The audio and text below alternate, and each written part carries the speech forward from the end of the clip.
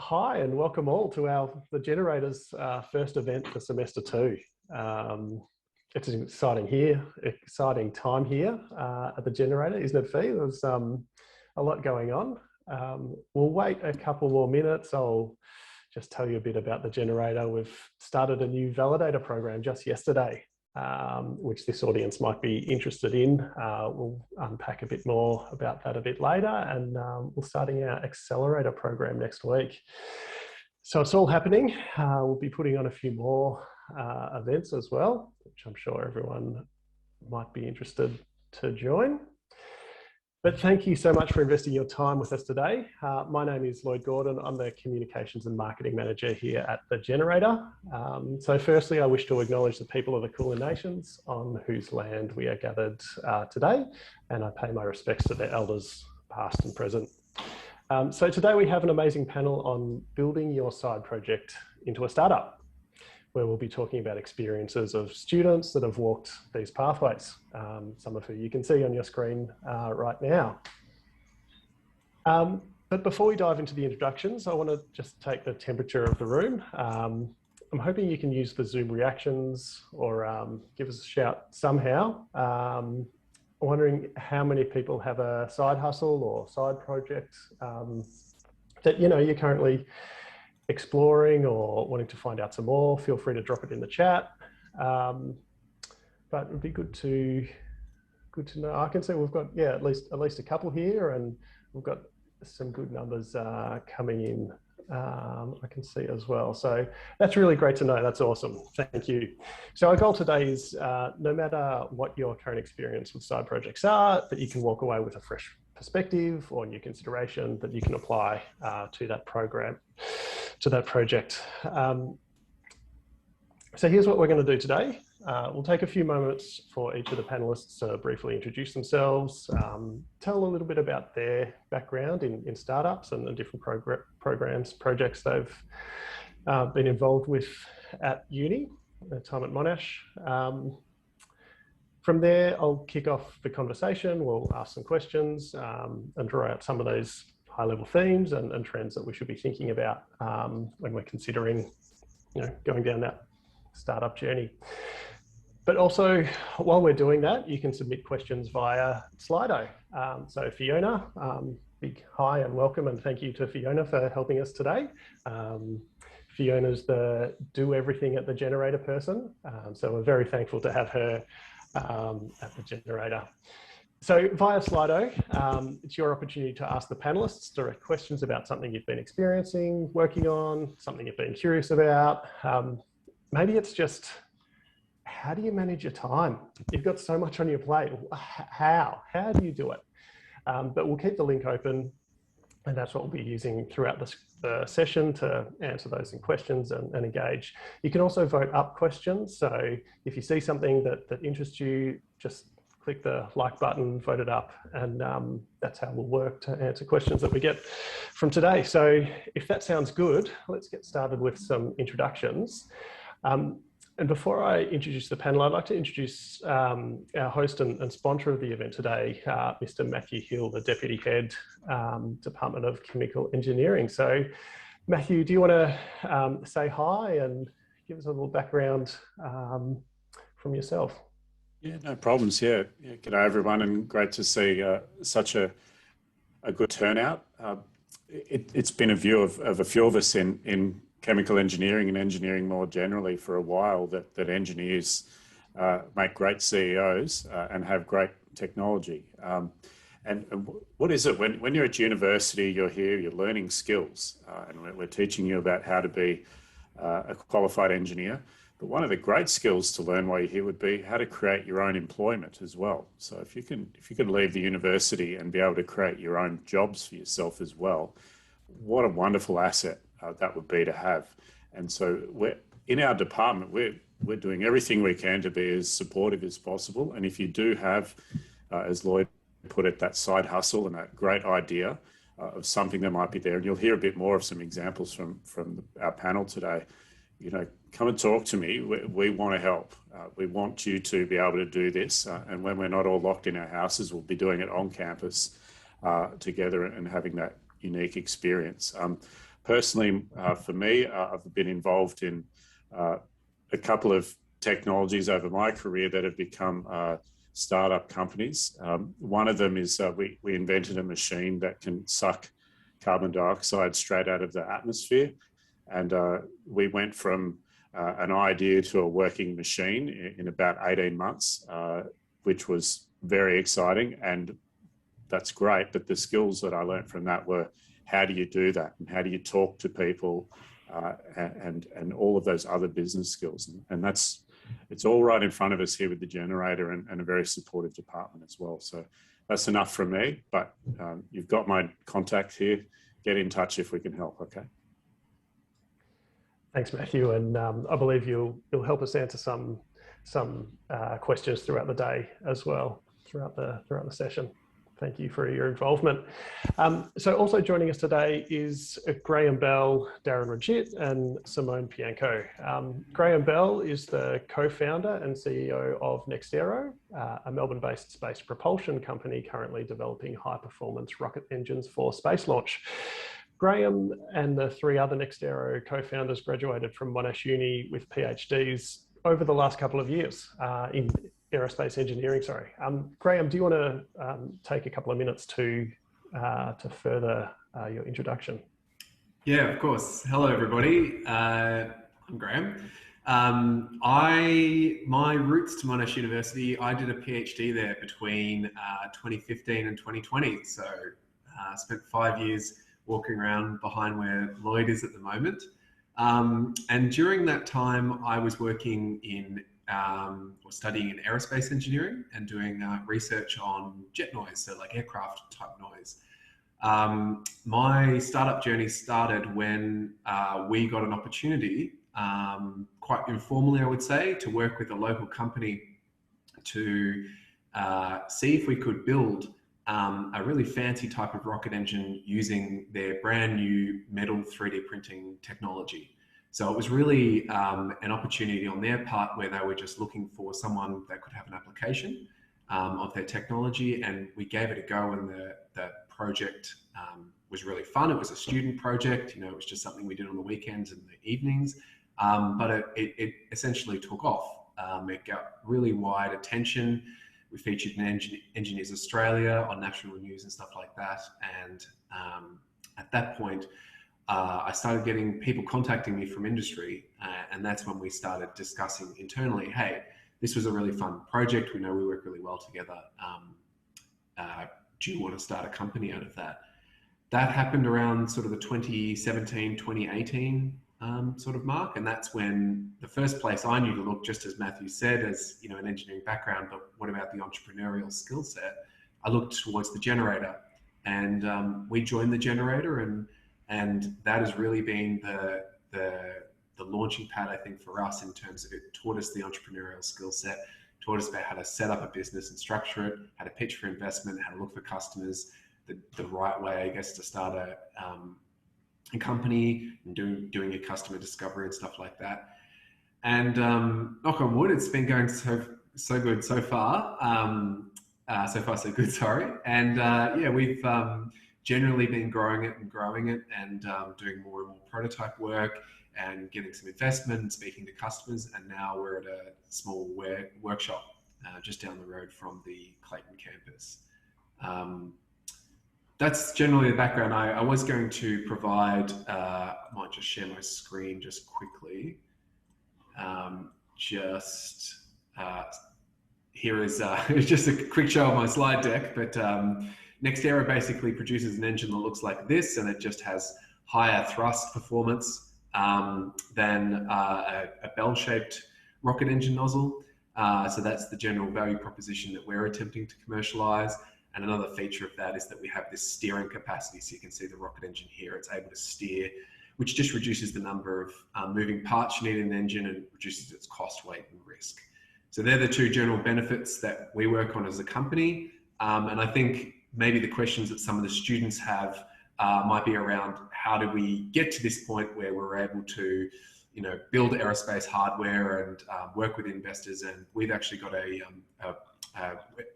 web page on our website, which is really designed for investors, but it kind of illustrates the journey, and I'll put that in the chat link below. And yeah, if hardware is what you're looking at, and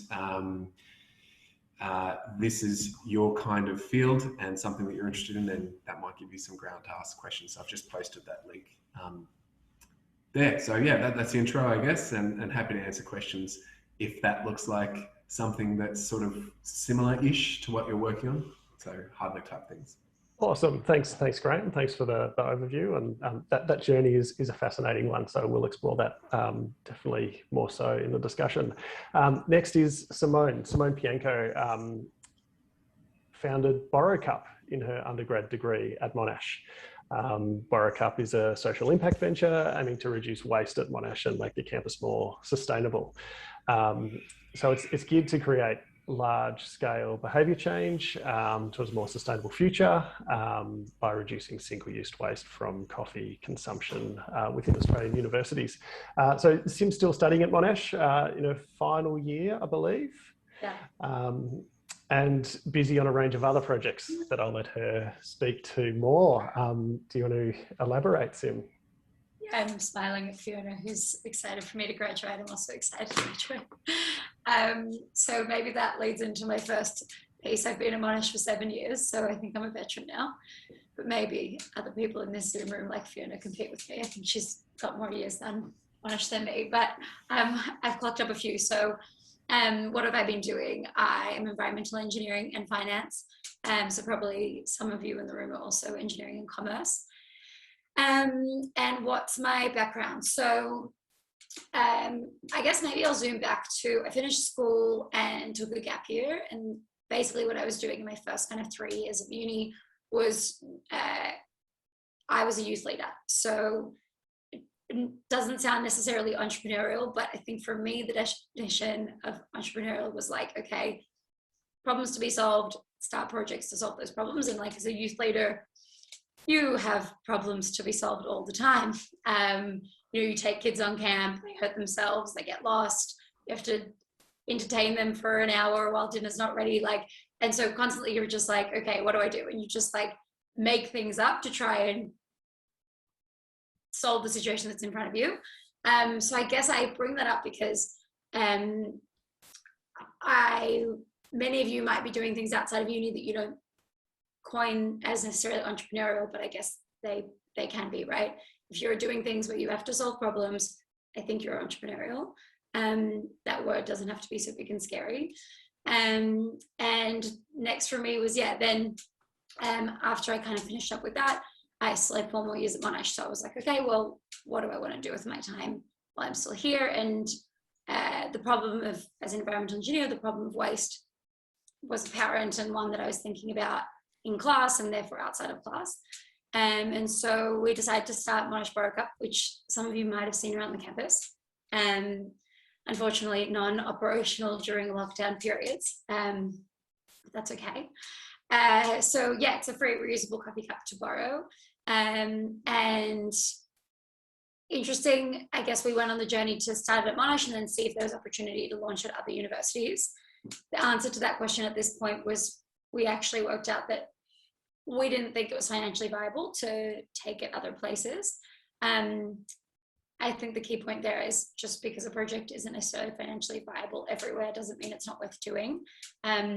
If you solve a waste problem or whatever problem you're passionate about, you're going to learn a bunch, you're going to solve a problem that needs solving. And so I think it's still worth doing. And now we've handed over to the new team. So I don't run that anymore.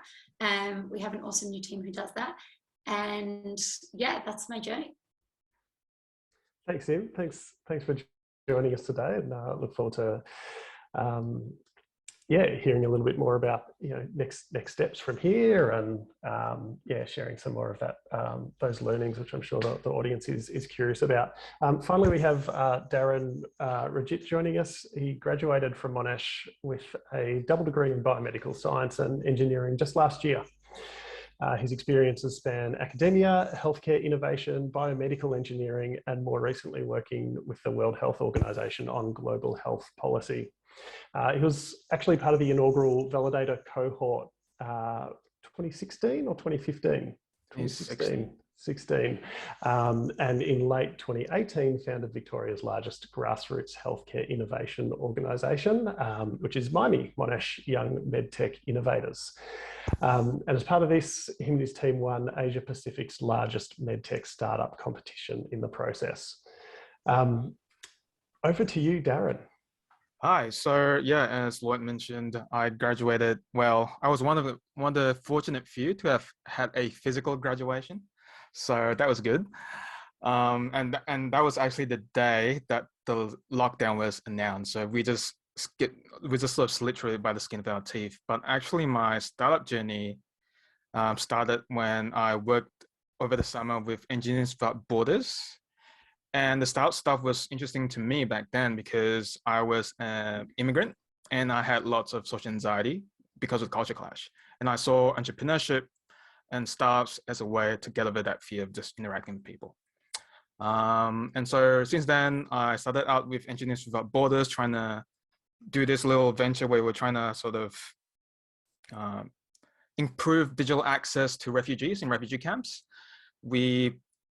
From the skill sets, I took that into the Generous Validator program, where at the time I was designing a pre-accelerator program for social enterprise, and I spent a few months trying to create fertilizer from pea and how to monetize that essentially. And throughout the process, I've dabbled in sort of legal HR sort of projects with a few lecturer friends, spent a few time at the Australian Regenerative Medicine Institute, automating behavior neuroscience experiments, and we actually got into the CSIRO's pre-accelerator program for that. But in late 2018, I sort of took a zoom back and asked myself why I was at uni in the first place. And essentially, I wanted to be a biomedical engineer. And there wasn't any sort of infrastructure for students with side projects and ideas to actually build those things into reality and actually launch them. And so I sort of felt that, like, with my engineering FYP, I would use that to basically build the infrastructure and launch something. So I approached like a lecturer, Andrew Rodda, who's in the materials engineering department, and said, we're really interested in building some sort of group around this, and would you be interested in sort of supporting us and actually, supervising us along the way? And so that's how Miami got started with my co-founder, Santiago. And so what happened was that throughout that process, we were building that community. A medical doctor actually approached us with this idea about how to reduce bloodstream infections in the hospital. And so I was like, cool, because my engineering FYP needs a technical component. I'm going to pick out the biggest risks that we have in this little project and idea of yours, and I'm going to use my FYP to de-risk that and actually put that into the startup eventually. So we did that. Actually went into MedTech's Got Talent with our idea. And long story short, we won the entire thing. And I stepped back. I was acting COO for, I think, a few months, and I stepped back from that to actually work on Miami and actually live in a good place. And so they're now actually venture backed. I think they received recently seed funding around 200K from the actuator. And I've since left Miami because I graduated. And so now I work both in global health policy at the University of Melbourne, and also casually as a mechanical engineer at a place called Invaluable, where I worked on diagnostic products and cell therapy products.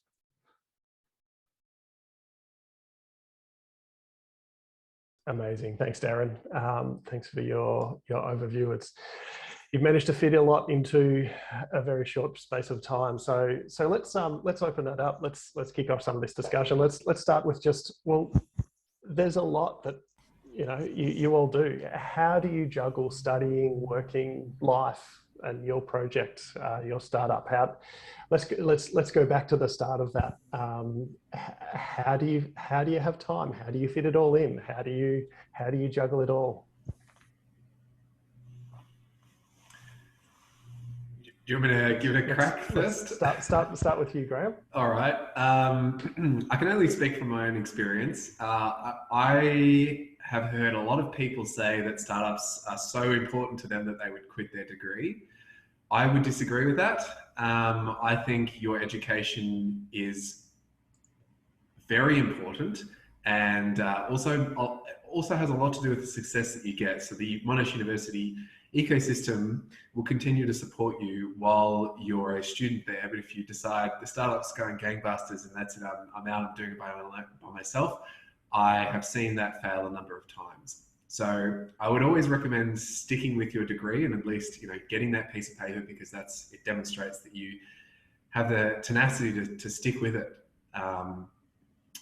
I would say, how do you juggle them all? So on a PhD, you get a scholarship. I'm very fortunate. All PhD students generally have a scholarship, and that gives you a basic living wage. That's around $25,000 to $27,000 a year. I would say that would be probably the minimum threshold I would suggest, sort of going out, and deciding, okay, I can do my startup solo. So unless it can sort of provide you that amount, I would stick with your part-time job or your study or whatever it is you're doing on the side. You're going to be a busy person. You need to be really passionate and really focused while you're working on your startup, but also probably completing your studies and possibly having some part-time work. So I think hopefully I've given you some thresholds there. So make sure you have a basic living allowance, make sure you realize the value of your education and don't throw that away.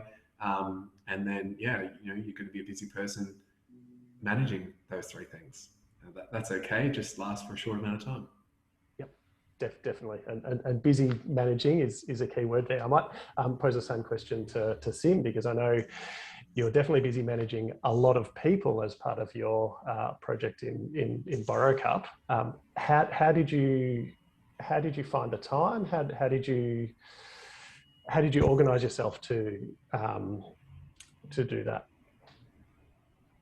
Yeah. So before I answer your question directly, Graham, I want to agree with you. I totally think studies don't have to.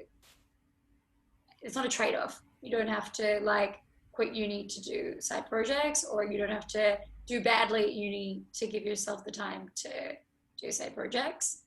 I actually think those things go hand in hand. So if you think that you have to do well at two things, you're going to be more efficient, as opposed to saying, okay, well, I'll just get P's and do 1 hour a week of uni and that'll be fine, and then spend all my time on my side project. You'll probably end up failing and not getting P's, as opposed to doing well at both. So I think the perspective is you can do everything. It's just about aiming for that and working out where all the pieces fit in. So I guess, Lloyd, to answer your question about how did I fit it all in. So, key thing for me, and not everyone necessarily can do this, but working out, okay, what are the things that make you happy and balanced and keep you a sane human, right? And those things have to go into your week. They're non-negotiables. So for me, that's exercise, that's non-negotiable. That's not something that I'm gonna if I get to the end of the week, I haven't exercised, I probably haven't done everything else well either. So it has to fit in. And then other non-negotiables is some sort of social life, not not heaps, but at least minimum see one friend in the week, right? On a Saturday night, make sure I see some of my friends. And those two things will keep me balanced. So that's a starting point. And then I guess in terms of everything else, I try to find, okay, well, how can if I've got an hour to do my, engineering tutorial work, right? How do I spend that hour in the most effective way? So one, I would always make appointments with my lecturers, which is what you guys can do. I didn't want to spend 10 hours trying to do my tutorial work to one, not understand anything, and two, just feel completely demotivated and not confident and think that I can't do engineering, because engineering's super hard. And there have been points where I'm I can't do this. So totally get the feeling. But my hack was just okay, make a meeting with either friends or a lecturer so that I spend less time and learn more in that same amount of time. So that would be a key thing, and do that just every week. And my poor lecturers maybe they don't want to know that I'm telling you this, but yeah, they had to spend a lot of time with me. And so that's in terms of uni. And then in terms of people, don't waste time on the admin, I would say. I would put times in the calendar and leave those times every week. The more time you have to spend organizing times to speak with people is just wasteful. So if you meet with your team every week, so put it in the calendar 9 till 10 on a Monday and leave it there. when you have to set up when to meet and communicate, and it's just like energy and time wasted for no reason.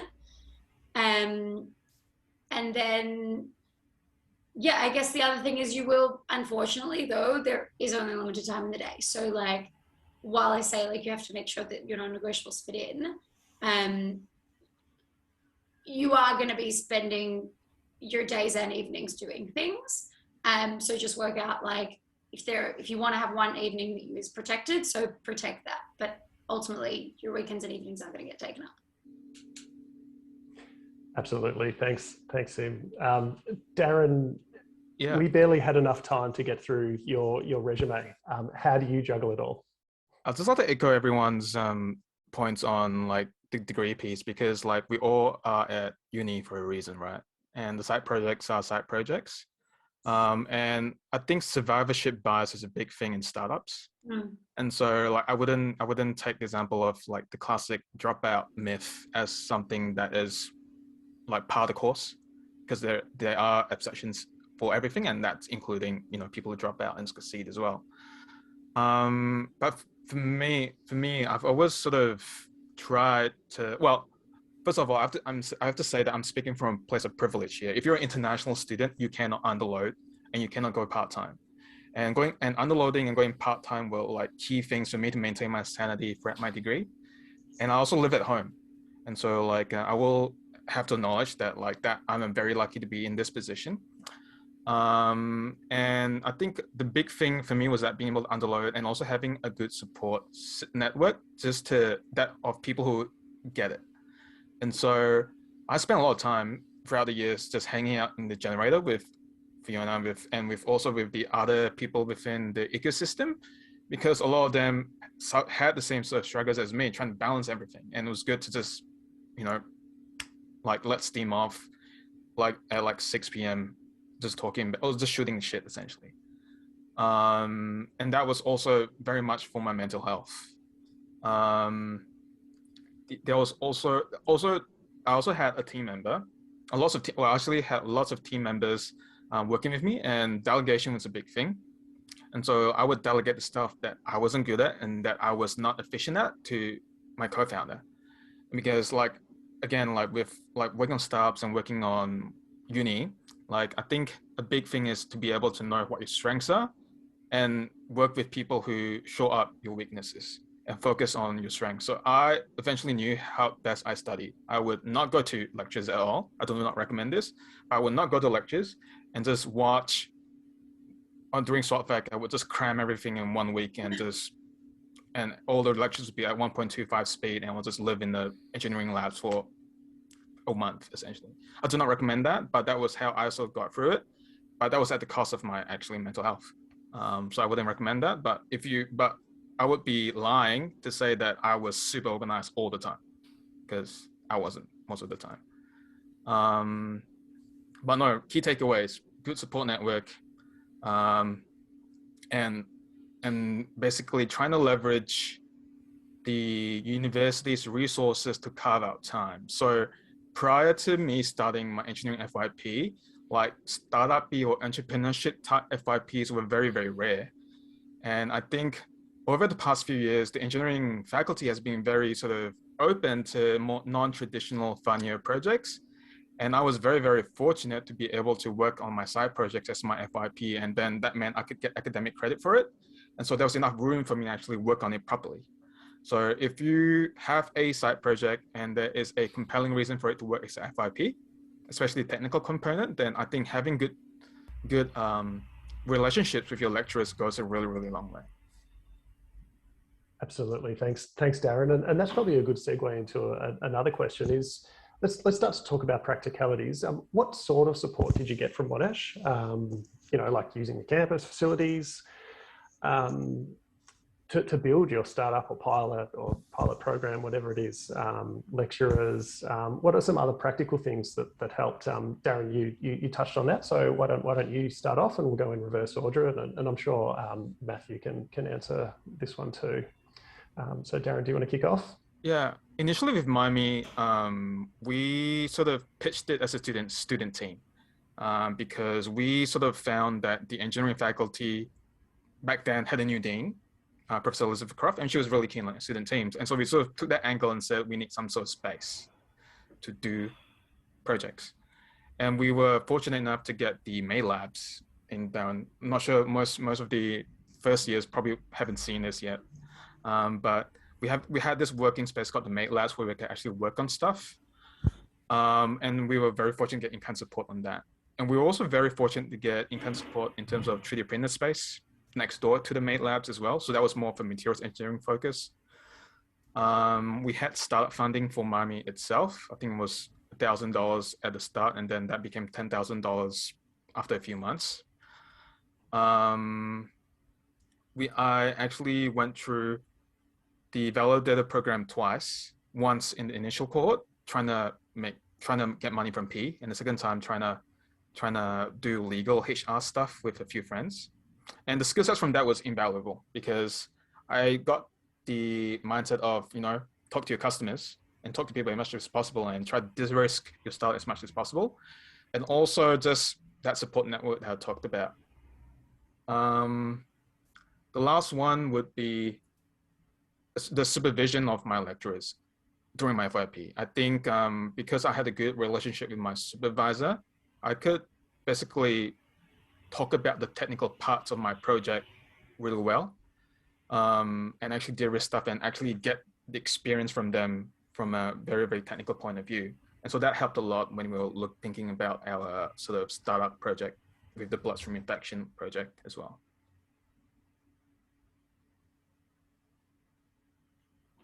Thanks, Darren.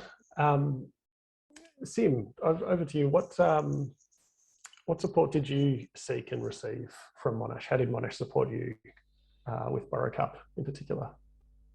I'll try to be succinct because I had lots of support. So I guess I'll just touch on three things. And Darren, to echo what you're saying, I think how you started was interesting, right? About you understood Monash's objectives, and specifically the dean came in, wanted to start student teams, right? I'm going to link and explain how we did that in maybe a slightly different strategy, but same principle. So, and I think this is interesting, right? Because ultimately when you're trying to convince anyone to buy your product or to help you, just to like give you advice or to write a piece of code for you because you don't know how to do that, or anything really, or just to trial your product, you want to be thinking about like, what do they care about? What are their values? And this is the same as when you write a job application, right? What's the company's values? Who are you talking to? And how do you speak their language? And so for us, it was the same thing, right? We needed to convince Monash to let us pilot Monash BorrowCup, which at the time was called Reuser Cup. It was a very ugly cup. No, I shouldn't be mean. It wasn't that ugly. It just had no branding on it, right? We made our own bins we just took trolleys and put a bucket on them and put a sign, right? Needless to say, it wasn't really in line with Monash's aesthetics policy, which they have, which means they don't want buckets and trolleys with signs on their campus. This is kind of against the rules. So how are we going to convince them to do something they didn't want to do? What was their, as Darren said, like, what did they want to be achieving? What was their main aim? And how could I speak to that? And so that's what we came to them with, right? Like using their language, understanding what, Monash puts out strategic pieces of information from the Vice Chancellor about, in our case, sustainability, circular economy. They have targets they need to be meeting. So how do you understand those? And when you go to the meeting, speak to how your project is going to help them to achieve what they want to achieve.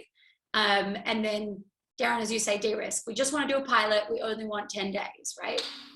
Give them a way out after a period of time. That'll be the first thing. Second thing, how Monash helped us. We kept demonstrating more value, and then we could keep getting more funding, essentially. So we said, this is what we want to achieve, and if it works, then we'll hold point, we'll see if we keep going. And we just kept doing that, and then they kept giving us more funding. So I guess it's an iterative process. Keep speaking to their needs, you'll keep getting more. And then the third thing, we had, I think, like 8 FYP students do work for us. And the FYP thing, Darren, totally agree with you. It's a great hack to get time to do stuff. So I did my FYP for a year, and then we had a bunch of other students help us with that piece of research. who all did either FYP, or also if you're commerce students, you can do work integrated learning, which is even more flexible in terms of there doesn't even need to be a technical component. Work integrated learning can be, if you're a commerce student, basically anything. So we had a mix of both. And sorry, one more thing, I also did the validator program. I didn't do it for BorrowCup specifically, but didn't really matter. It taught me the skills. So I did that in 2017.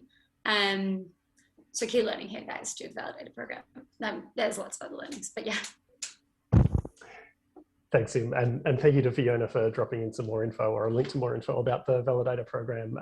Us at the Generator, we're here to support the startup ecosystem at Monash. So check out that information online, save it, apply. We also have office hours as well, which you can book a one-on-one consultation with us for seeking some more advice on that front. Graham, how about yourself? How did you seek and get support from Monash? Yeah, I might just be quick because I think the other two have covered quite a lot. I'll just be frank with the audience, I guess, and I'll say I have had very little success in shaking the Monash tree for cash. So I wouldn't suggest you do that. I think it's not a good use of your time or their time. I think Monash University is a whole ecosystem, and what that really has is a sense of clout. So use Monash University and the chairs and tables and the people in the room and all the facilities and support as clout to help you get traction external to the university would be my suggestion.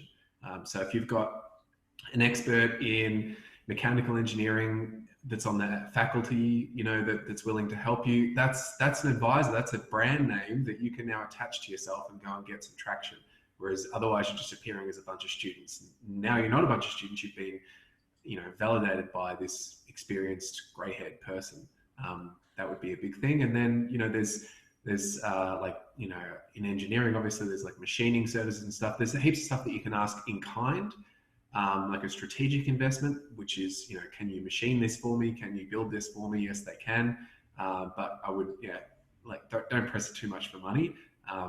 I will plug though that the best way to get cash out of Monash is through the Accelerator program. So obviously that has a stipend, I guess, if you want to call it that, to help kickstart your program. It's competitive, so make sure you have a good pitch. Thanks, Graham. Yeah, I think I know in the last round of Accelerator we had over 180 applicants, I think, off the top of my head, and each year it's 10 teams that get through. We take onto the program, so obviously is very competitive, but there are a whole lot of other support and people to connect with to help you support. Matthew, did you want to speak from an engineering or chem-eng perspective? Yeah, sure, Lloyd. Let me just sum this up quickly. I'll just share with you. We've actually gone to the stage in our Department of Chemical Engineering of writing down what we will do for you and what we'd like you to do for us. So if you have a side hustle or a startup or a company, we'd like you to consider embedding with us in the department. And this isn't a contract. This is a document that says what we might do for each other. And essentially, from at the department side, we're here to give you where we can space that you might need. We're going to hook you into everything that you'll need to succeed. And we've seen some comments there about mentors and how do I do this and how do I do that? Well, we're putting our hands up to help with that. If you have something related to what we can help you with. And another one from us is we're transparent and even-handed. So we've got lots of people going on. I see some questions here about how do you talk about something but not talk about it? The vanilla flavour, that's something we've all learned how to do over the journey. We're the same. We're not going to take sides in anything either. And on the other hand, I think Sim talked there about final year projects and so on. Well, we've got a suite of projects where we're actually looking for companies to engage into our undergraduate program. And so we want to do that and really expand it. So we're right on to this, and we've got this here. And if anyone wants further details, just get in touch with me, and we'll use this document as a starting basis to show you how we can help each other out. So that's a good summary, I think. Lloyd, Thanks. Yes, Sim. I wanted to add one more thing. Definitely. I don't know if people know this, it's not super well advertised, but this is the link, I guess, between your academics, what we were talking about before. So as an engineering student, there are a bunch of scholarships that are like only for engineering students.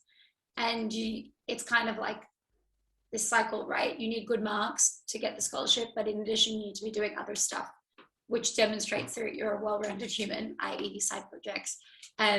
So yeah, you can get, up to like 30 grand from these scholarships. So that's another way if you want to get funding, which is not based on your idea necessarily working. It's just based on you as a human demonstrating that you are building the skills that you need to one day build something great. Great point. Always be on the lookout for opportunities, I guess, wherever you are. So let's talk about practicalities then. So right from the very start, how did you move from piloting to your first customer or engagement and formalizing your startup? I guess what was that line for you? And do you have any advice for entrepreneurs with only an idea or little resources to support? Does anyone want to jump in there straight away? Or I'll pick on whoever wants Graham. to. Yep. Yeah. This is one that's pretty close to my heart. How did I start funding what are definitely expensive rocket engines? I think in my case, the key is strategic partners. So your startup has personal value to you, and you should be able to, I guess, communicate exactly why are you here and why are you working on that. And you can utilize that passion and that clear purpose and speak to people who could be great strategic partners for you. Now, in NextAero's case, we work with the company that we originally kicked off with is called Aero Engineering, and they do metal 3D printing. So as I said, they are keen to demonstrate to a wide audience that their metal 3D printing is really good quality and can do all these fancy shapes. And so the fact that we came along saying we have an application for exactly what you want to do, and we can put your metal 3D printing on a national, an international pedestal that shows its capability, well, then now you're selling something to them. And so, they didn't necessarily give any cash out because obviously that is more complicated. But what they can do is they can print any part that you want, for example. So if your startup in the early days in between, you're talking about that first customer and kind of how do you get off the ground with the resources, I would say really look towards strategic partnerships where it's not really going to cost that partner anything, but the gain to them is pretty massive, and it's a non-monetary transaction. And as soon as you've done that strategic partnership and made that splash in the pond, use that splash immediately to try and get a first round of investment. And that's from a high net worth individual or someone who's a philanthropist who's passionate about what you're doing, because then that'll give you the basis to actually work on it in a really full-time capacity. So that's exactly what I've done, and we've done at NextAero, and that would be the path I recommend.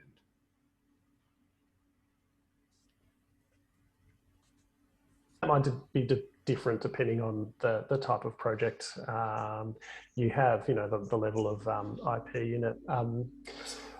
What about something from a different area? Sim, what was that like from yourself in terms of piloting to, I guess the first customer was Monash itself, right, behind BorrowCup? How did that look like, and what was the practicalities behind that? I'll try to be super brief here because I think Darren probably has more interesting things to say on the getting funding front, because essentially we only got funding from Monash, and now the team is looking to get funding from multiple places as well.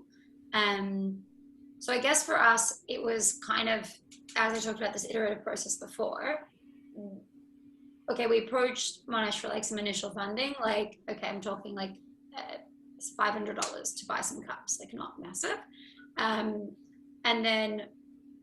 But we needed to demonstrate that we actually could get people using this product, this service, free reusable cup to borrow. So, and then in order to get more funding. So I guess really the focus was on the customer, even though it was a free service, trying to get them to use it in the right way. So ask for their coffee in a BorrowCup, to return it to a bin, and then we cleaned it. to then get more injection of funding. So I think similar, I guess, to what Graham was saying, like, and Darren, like always talking to your customers, because eventually, because ultimately for us, that was like the way we demonstrated value, was that more and more people were using it and they were using it the right way. And then we're building out our sustainability metrics alongside that. So increased demand, increased sustainability, and that led to like data points for us to get more funding. Incredible. Thanks, Em. Darren, did you want to speak more to that point? Yeah, so with Mimey, like how do we go from a Google Doc to what we have now? So back when it was just me and my co-founder, we did a brief systems map of how we would add value to academia, industry, and students. And we started basically doing a bunch of interviews. So over a year or so, we interviewed around 100+ people, trying to understand the ecosystem and where the gaps were and how we could design Mimey so that it would fit those gaps and actually, generate some sort of value or some sort of funding. And so initially, we were really lucky to stumble across what I know people would call like a lead investor or our first investor. And that was a professor. His name is Bowles Palmer, and he runs the Actuator, which is the Asia Pacific's largest MedTech VC/accelerator program. And he was working at Monash and still works at Monash, and he was looking for someone to run a hackathon. And he said that he was willing to, fund this Mimey stuff if we were willing to hold a hackathon, and we could show evidence that Monash was on board as well. And so we just took his word for it, took his email, and approached Monash saying that we've got someone in who with a bit of money. Do you want to join in? And they give us $1,000 to just do it from start. And I put out a Stalker Space post actually, trying to find students to actually build this first sort of team together. And basically we ran this hackathon, we ran it really successfully. And we leveraged that, first splash that Graham talked about into $10,000 from Monash Engineering. And because of that, we were able to do that MedTech Got Talent or the startup competition type stuff. And we leveraged that into a $180,000 contract, as you were, to do a scholarship program with the Monash Institute of Medical Engineering and Monash partners. So that meant that like I could get paid as a employer contractor, and we could fund a few, I think 15 students on $5,000 scholarships to basically do the same thing that we were doing with our startup that won the MedTech Got Talent competition. And that's when we started thinking that this could actually be a scalable or at least sustainable sort of program for a while. And that's when we started thinking about how do we scale this? How do we move to other sort of universities? Because at the time we were starting to get inquiries from other universities, like students from other universities trying to start a similar thing at, University of Melbourne, UNSW, University of Sydney. But we soon found out that this is a big problem with public health interventions or technology implementation projects in healthcare, is that a lot of it is context specific. Like we were only able to succeed because Monash is the way it is, and ecosystems are different everywhere. And so what we actually did was started to open source our processes, open source the way we were doing things, and that was how we sort of scaled what Mimey was doing, but without actually increasing like funding and stuff like that. But long story short, with that scholarship program that we were contracted to run, we've run it 2 times now, and the 3rd time is coming up again this year. And so we sort of demonstrated a model that kind of works, and hopefully over the next few years, it still keeps on running and still keeps on scaling up.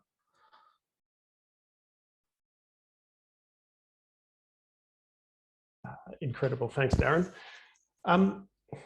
We probably don't have too much time left, so we might get through a couple more questions. So just a reminder to the audience to keep those upvotes coming. But another bit of practical advice.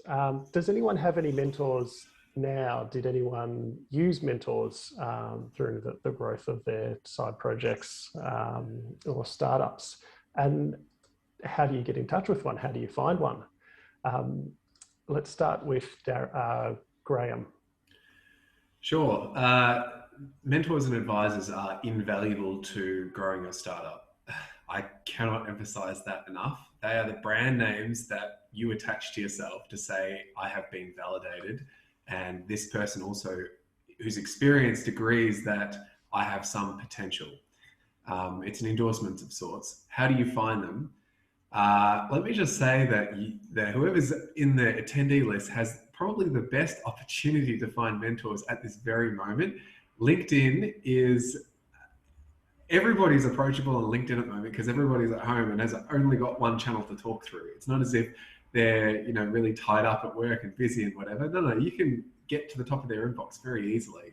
You, as I said, identify your personal reason and also your company's reason for existing. And it is hard to know your company's why, I agree.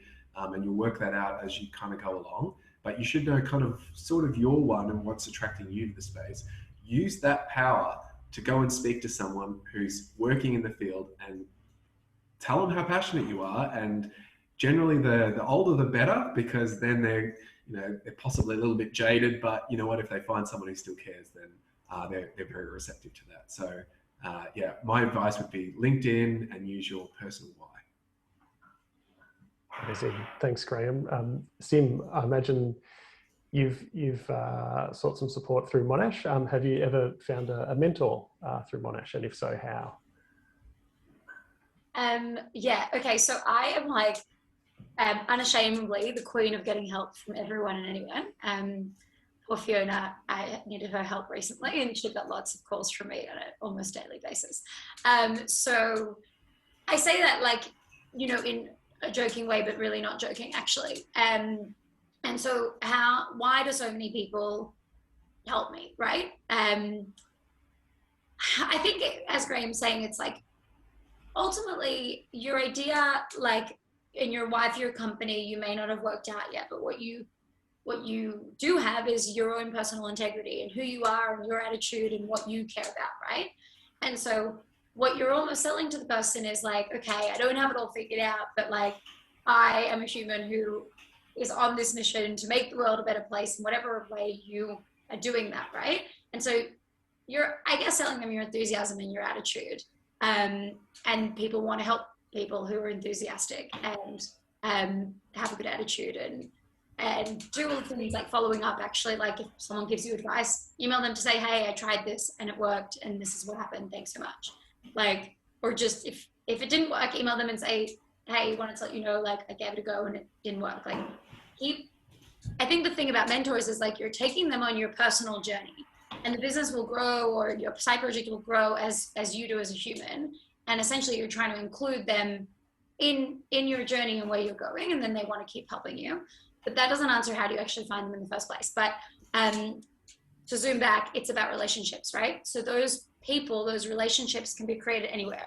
It can be a lecturer in class who you go to every week to get help with your tutorial work, and then all of a sudden you start telling that person about what you're doing on your side project, and they're like, oh, I actually have worked in this space, tell me more. And you know, so my stats lecturer ended up helping us build out our dashboard of sustainability metrics, because, well, he's a statistician, so that's something that he knows how to do. So in class, also just like your peers, right? So for example, I was standing in a cafe talking to customers as I did and annoying them as they were waiting for their coffee. And this one guy, turns out after I'm talking to him, he used to work at Kogan. He did his degree part-time. He worked at Kogan for 6 years and in their like development team. So he became our technical advisor. We were building an app in it, and I knew nothing about how to build an app. But it was just all about just getting to know each other as humans, and then that can spin off. So I think first and foremost, be a curious person, talk to everyone you meet, understand what they're doing, give a little bit about what you're doing, and that relationship at some point in time could develop into a mentorship. Amazing. Be curious. I love it. I'm just conscious of time here, and I did want to get through to one question especially, but maybe we can wrap up hearing from everyone with a bit of what's next for you all, but also I'm sure we're all going to hear from you throughout the journey. We'll be in touch again. But what's one final piece of advice for budding entrepreneurs in the audience? Maybe Darren, we'll lead off with you. I think the most important thing would be keep open-minded about opportunities. Like, I think there's a fine line between a very planned life and allowing room for serendipity. And I think doing startups or doing entrepreneurship involves at some point a certain dose of serendipity. And I think a big thing would be really open to things that might not seem as concrete at the time, but just follow opportunities as they come up and see what happens. And I think just keeping an open mind is really important for that. Love it. Thanks, Darren. And follows on from Simone's "Be curious." I love that piece of advice. Simone, do you want to further that? What's one piece of advice that you give to budding entrepreneurs? It's a good question. I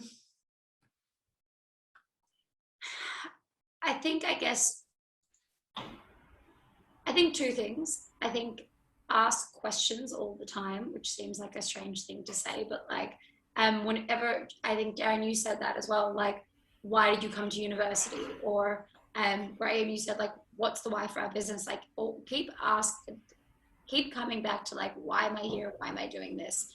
Or asking your team like, okay, why are you doing that?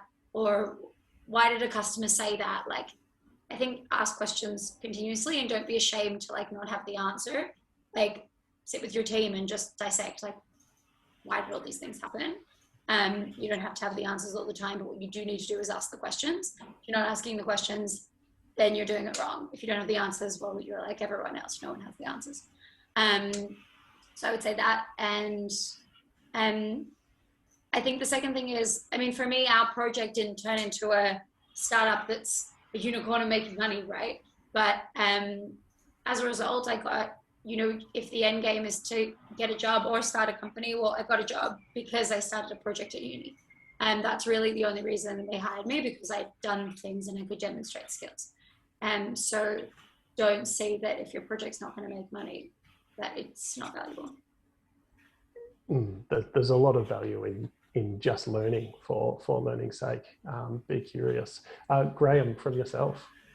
Yeah, okay. So I was just thinking about it then. I think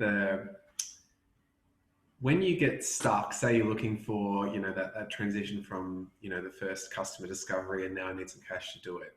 There's that classic thing around ask for funding and you get advice, ask for advice and you get funding. It's, in my experience, pretty true. So when you get stuck, and you invariably will, or you reach an impasse, just kind of be shameless and just start going out there. And it's going to be really embarrassing, and you're getting in a conversation where you think they'll laugh at you or they'll dismiss you, whatever. They'll do that for about 1 minute and then they'll help you. It's crazy. It's quite interesting. And then the other maybe little piece that is probably the most invaluable to me is you're going to have a lot of meetings. What's really helpful is that you're going to ask them questions and they're going to be playing sort of a poker face for maybe 3/4 of the meeting. At the end of the meeting, ask them what they would do if they were in your position, and they'll just let loose most of the time. So just write all those notes down instantly, and then always make sure you've got follow-up if it's actually valuable to you. Because if you leave a meeting and there's no follow-up, like you haven't agreed what the next meeting is, there is no next meeting. So yeah, if you're just like, I'm just going to go see the dean, and it's going to be a great chat, but you get to the end of the meeting and there's no follow-up, you've lost him. Incredible, invaluable piece of advice. Thanks, Graham. And thank you to all of our panelists. We have just hit time. We're incredibly thankful for this time, and we hope the audience have got some takeaways out of it. I might just ask Matthew, any final words of advice, any final thoughts from yourself? Yeah, sure. I think Simone hit on it. One of the problems with this country is we don't celebrate what we might call failure when it's truly experience. And the numbers tell you that most startups are not going to be the unicorn. But 100% of people who experience entrepreneurship are going to develop relevant skills. And, you know, our working life is something like 50 years now, which is terrifying, but it's true. So why not have those skills as you're going along?